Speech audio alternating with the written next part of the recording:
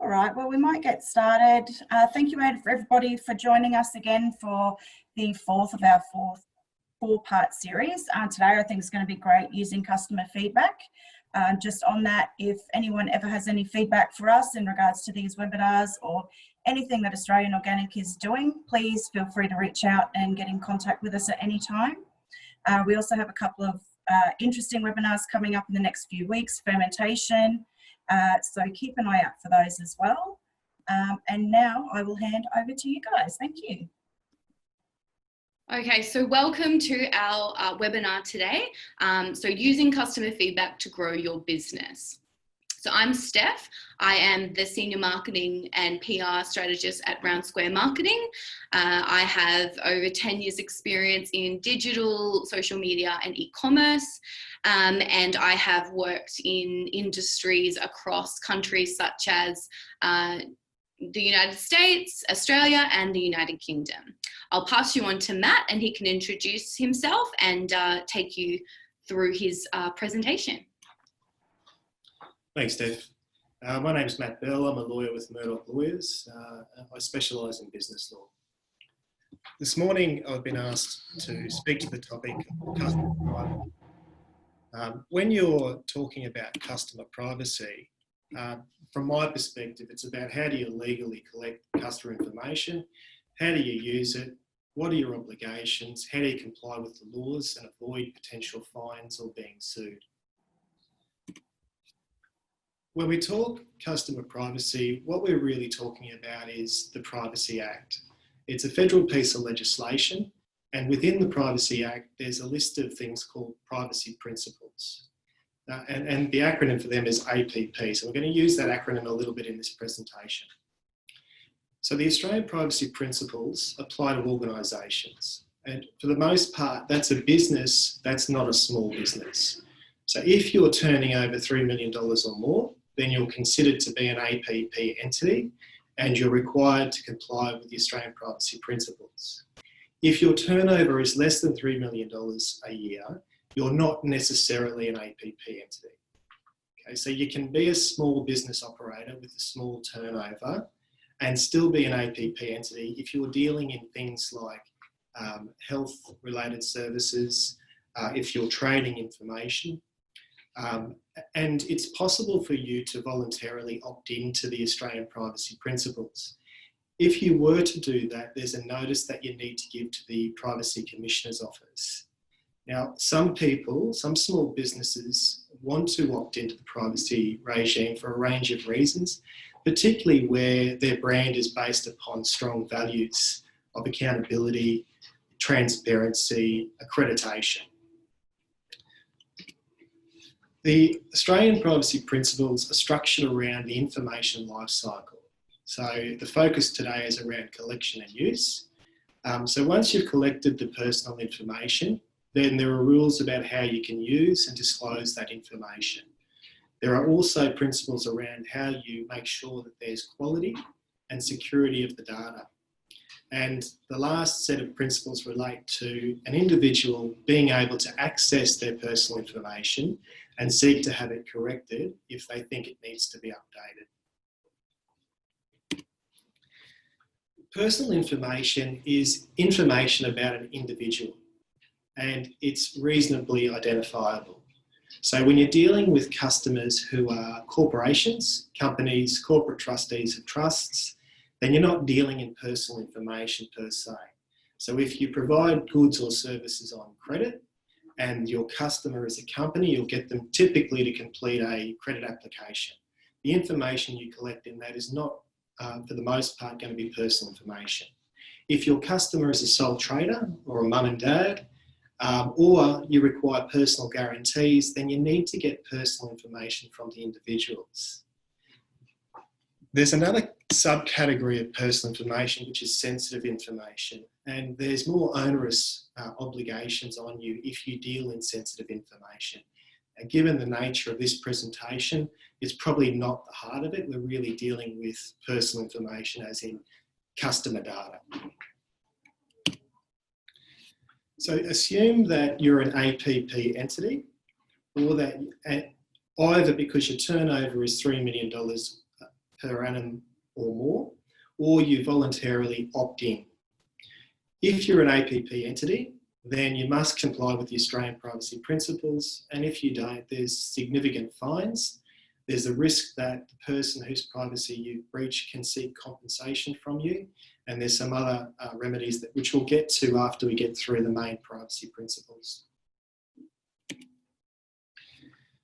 The first privacy principle that we'd like to talk about is number 3. And the basic premise is you should not collect personal information unless it's reasonably necessary for one or more of your functions. So if you're selling, you need to collect it so that you can fulfill an order.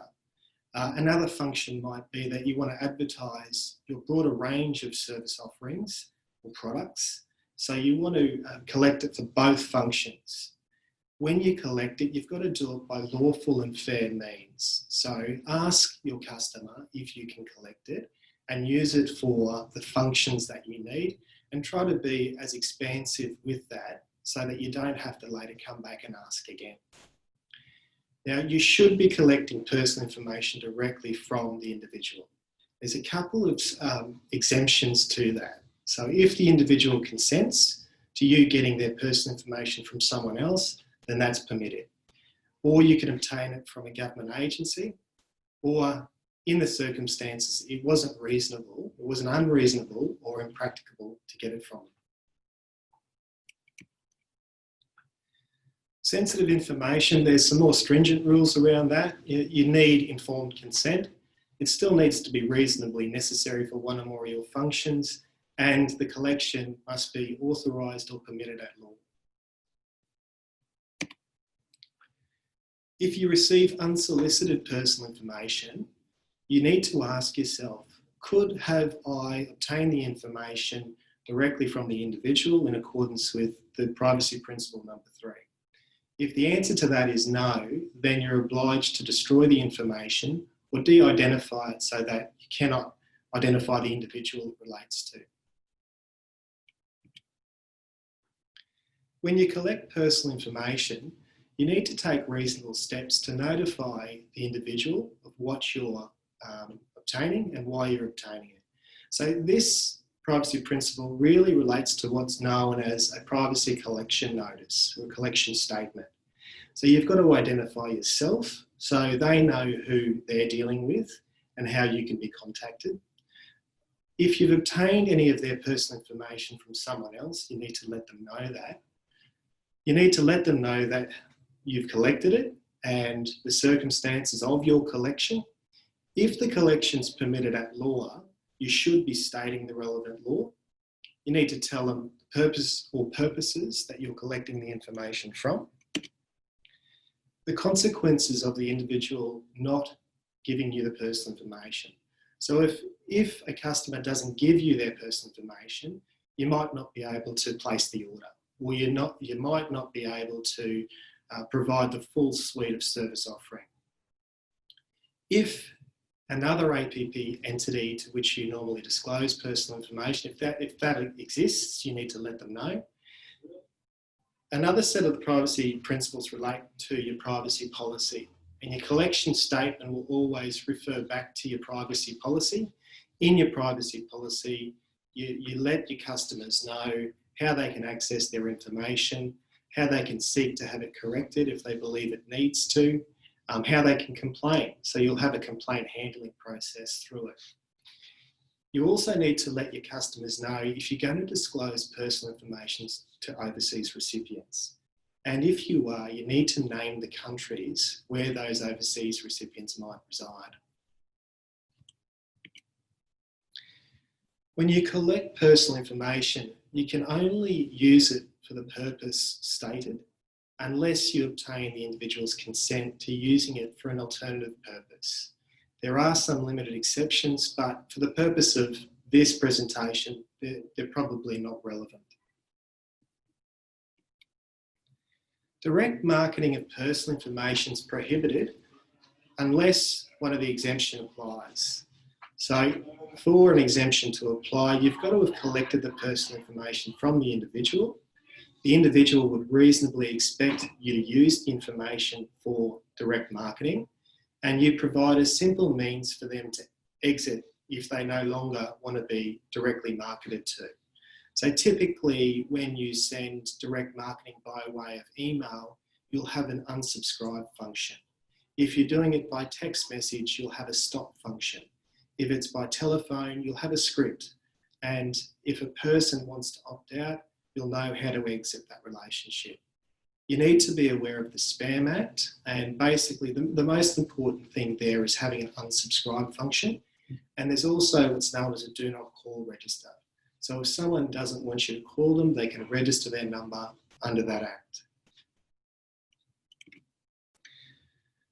So if you are an APP entity and you are required to comply with the Australian privacy principles and you fail to, then you're exposed to significant fines. So for an organisation, that's a business, the maximum fine for serious or repeated contraventions is $2.1 million. And for an individual, it's $420,000. The individual whose privacy has been affected detrimentally can also seek compensation from you. The Office of the Privacy Commissioner has very broad investigative powers and can put you under a performance assessment.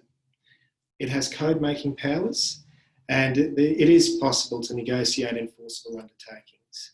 So an enforceable undertaking might be where you've contravened the Privacy Act or the privacy principles, and you enter into an undertaking that you won't do it again.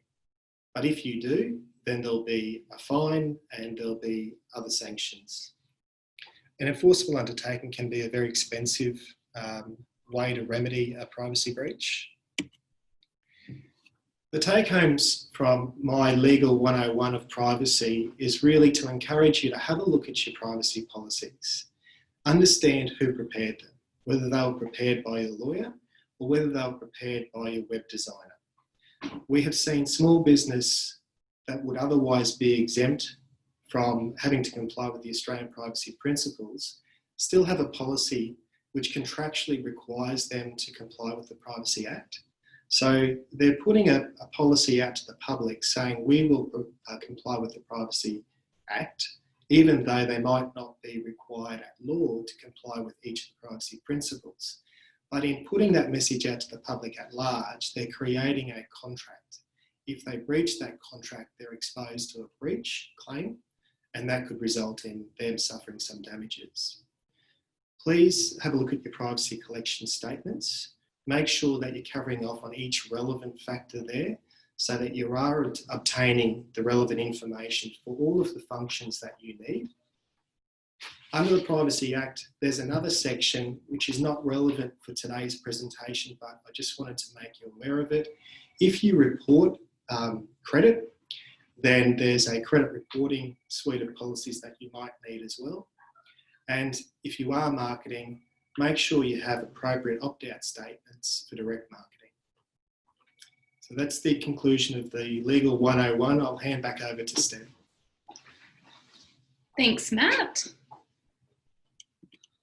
Okay, so I'm going to take you through just marketing trends and assessing data, and then we will delve into growing your database. So I'll just, that's all right. So why is your customer data important? So companies capture data in many ways from many sources. Some processes are very normal by nature, others are more deductive. So customer data can be collected in three ways: directly asking customers, indirectly tracking customers, and appending other sources of customer data to your own. So businesses are really adept at pulling in data from all sorts of places. The most obvious places are from your consumer activity on your website and your social media pages, but there are a plethora of other interesting methods at work as well. Companies also dig into their own customer service records to see how customers have interacted with their sales and support departments in the past. Here they're incorporating direct feedback about what worked and what didn't, what a customer liked and disliked on a grander scale.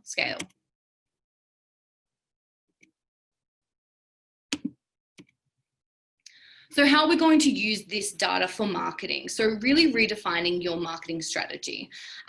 So this predictive data gives businesses an idea of what consumers will want based on what they've already done. Like any aspect of community data analysis, marketing is becoming more and more about personalization. So people are really looking for that personalization, however they're being marketed to, because there are so many people in the market creating noise. So how do you get the best cut through for your warmer leads? So mapping the user's journey and personalizing their journey. So not just through your website, but through other platforms is essential for your customer retention. So for example, what's your brand doing for the first point of contact? Ensuring you've got your phone, email, online, store visit, etc., through to the end of the sales process, which will then retain your customer in the long run. So it's also really understanding the source of your consumers, which will make your marketing budget super targeted, which means you'll get the best bang for your buck, and it will be as strategic as possible. So some top feedback tips there are just ensure you've got an inquiry source in place, whether that be an email capture on your database, on your website, CTAs such as how do you know about us? How did you find out about us? That way you can then get people's data who are interested in your company, and then you can legally market to them. So also consider what information you definitely need to capture for your business. So really thinking strategically about your customer there. So obviously you'll need their name. Do you want their first name and their last name? You'll need their email. Do you need their phone number if you're going to be doing text messaging? Obviously, in all of this, they have to have opted in, as Matt was saying, but you really can determine the level of detail that you're providing your customer, so then you can market to them in the most effective way. So some feedback source and trend data points for your businesses just to consider. So email marketing. So this is obviously the EDMs, the people who have signed up to your database. You can segment these then to with their interests, and then they can provide direct feedback to you. Your Google Analytic trends. So this is a big one in looking at your customer data. So this is recording everyone who's been to your website and interacted with your social media channels. So this is going to tell you where all your traffic is coming from, how they're exiting the site, what channels they're using to find you, what they're searching to find you, why they're dropping off. And basically just their customer behavior. So you can then make those informed decisions about your marketing. Google reviews. So this is also a really big one. I'm sure many of you have Googled something, maybe seen some reviews, and it's either put you off going there or it's enticed you to click on that business. So that's a really important one to think about as well. Facebook reviews, again, like Google reviews, we're all on our phones now. We are constantly looking for others to say, yes, this is great. So the more customer reviews you can have, this will actually help your SEO as well and your ranking on Google. So other forms of organic feedback. So direct messages, online commentary around your business or brand, press articles, and word of mouth feedback are all really great as well. So then that just brings us into growing your customer base, because really that's the main goal. You really want to be acquiring new customers, marketing to them, and then retaining them. So some customer sources here for some paid channels. So you've got search engine marketing, which is Google display and search. So this is when you type something into Google, you will see an ad or a sponsored ad, I suppose, as well, from different businesses. So this is really a more brand awareness activity, which does convert into sales as well. Social media ads. So I'm sure a number of you have gone onto social media. You've just been looking at a pair of shoes or something else that interests you and online, and then you see an ad for that. So looking at those people who have been on your website, looking at your content, and then remarketing to them. Email marketing, as we've covered, so having website prompts to get everyone back to your website to then convert. Personalized marketing, so your sales funnels, your brochures, your direct lines of communication there. Using influencer marketing, so probably more so for products and for retailers, having a celebrity endorsement or a local influencer to then help you gauge your reach. And then your traditional marketing and your promotion, so radio, TV commercials, outdoor display, and print. So then you've got your unpaid initiatives. So because, we all have small marketing budgets, so we try and, do a little bit of a mixture of paid and organic. So organic social media, when I say organic social media, that is what you're currently just posting yourself without any paid spend behind that. Your optimized website, so really looking at that consumer experience. It's the first point of call when someone is searching for your business or a service that you provide. So you really have to ensure that that is on point. It is really communicating what you do. I like to think of it as a bit of a shop front these days. People can compare a lot easier online than just going down the street. So it's really essential that you have that website that not only looks great, but it's optimized for mobile. It is a really great user experience as well. Another customer source is, of course, your word of mouth referrals. So these are gold. I know myself that if someone I trust gives me a referral, I'm definitely going to act upon that. So that, again, just goes into your customer testimonials as well. So just really trying to create that organic word of mouth. Your feedback process, so social and online proof for consumer research phase. Again, if you're appearing top in Google, people are going to be more likely to click on your link. You seem a lot more reputable. And then with SEO, so how to increase your SEO is very important from a customer database point of view, because people are wanting to be serviced by the best. So ensuring you're on top of Google is essential for businesses in marketing. So always updating your website with fresh content, bolstering this with your social media, and ensuring that your website works really well. There aren't broken links. It's an easy user experience. Will all help your Google ranking. So what are the key strategy components? So filling your digital marketing funnel with traffic is essential. So traffic comes from many different places. So one example is your social media marketing. So obviously it's a great platform to bring followers who have already engaged with you into your funnel, and also to keep your loyal customers up to date on new specials and offers. So with that, you're really doing a customer retention, a brand awareness, and then also acquiring new customers at the same time. Search engine optimization, as I've said, SEO. So it's one of the best long-term sustainable approaches to digital marketing traffic to your funnel. As I've mentioned, the objective here is to rank your website at the top of Google for the specific words that your customers are searching for. So most people don't go past, in a Google search, they don't go past page 3. So it's really important, if you're trying to acquire new customers, to put in all your marketing efforts to retain or get to one of those top pages.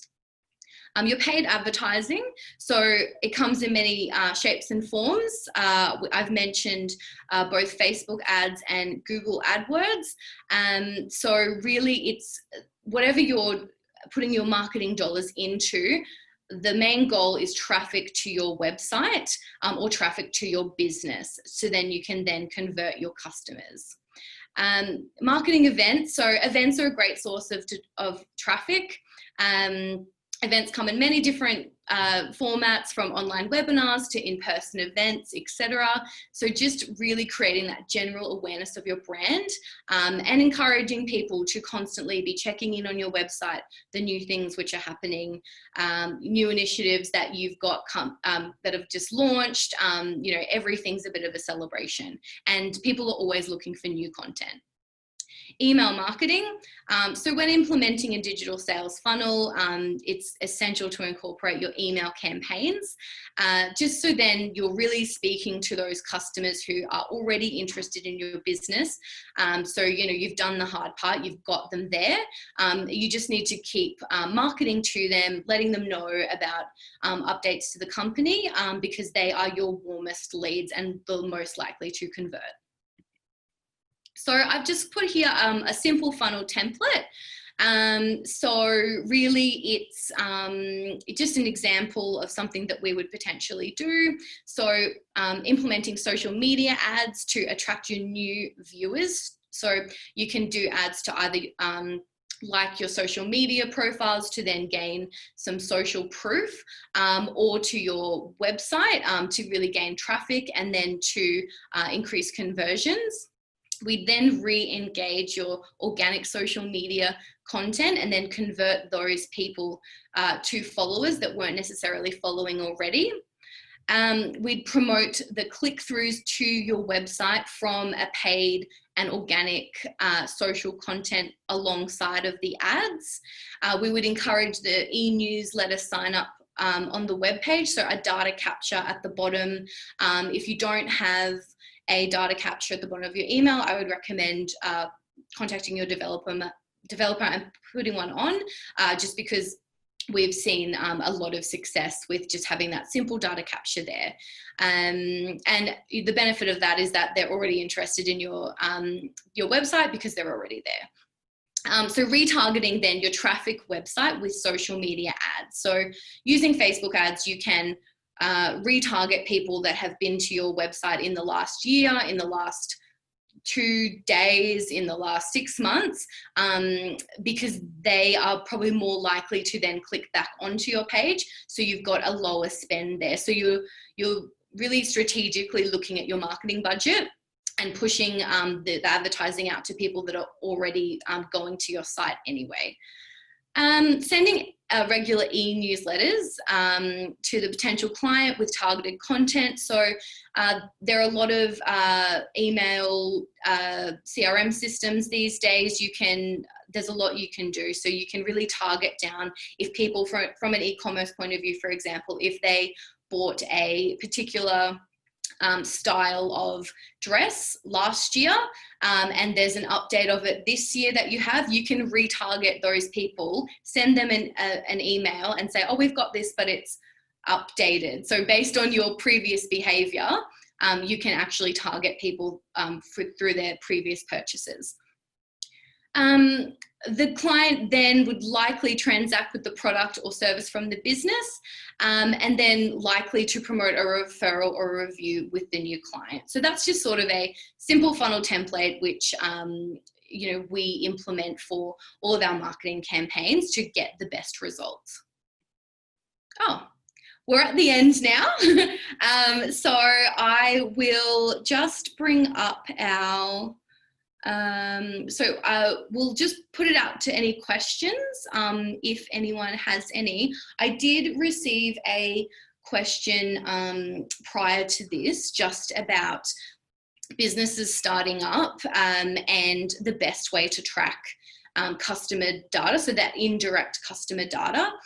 Definitely Google Analytics. I briefly mentioned it before, but if you don't have Google Analytics already, it's very simple. You just sign up with a Google account and add your website. It's just a little bit of code, and it's great because you can see where people are coming in, from what marketing efforts they are coming from. So if a lot of them are coming from your e-newsers, or if they're coming from your social media, you'll be able to see that and then best be able to put your marketing budget towards those initiatives that you can see are working. It also gives you it also lets you map your customer journey. So really seeing where the majority of your customers are going on your website. So you can look at that content and say, well, this isn't working. No one's clicking on this, or this is great. Let's replicate this in your overall marketing campaign. You can see when people are exiting the site, you can see how long people are on there for, how many pages deep they go on for as well. So from an indirect way, I would definitely recommend putting that on your website, and then just tracking that data. So you can track it in date ranges, and really just compare your marketing efforts from week on week, year on year, etc. Okay, well, if you do have any questions, please feel free to send it through to Kelsey or Shari, and we would be more than happy to answer any of those questions for you offline. Thank you so much. Thank you. And thank you. Bye.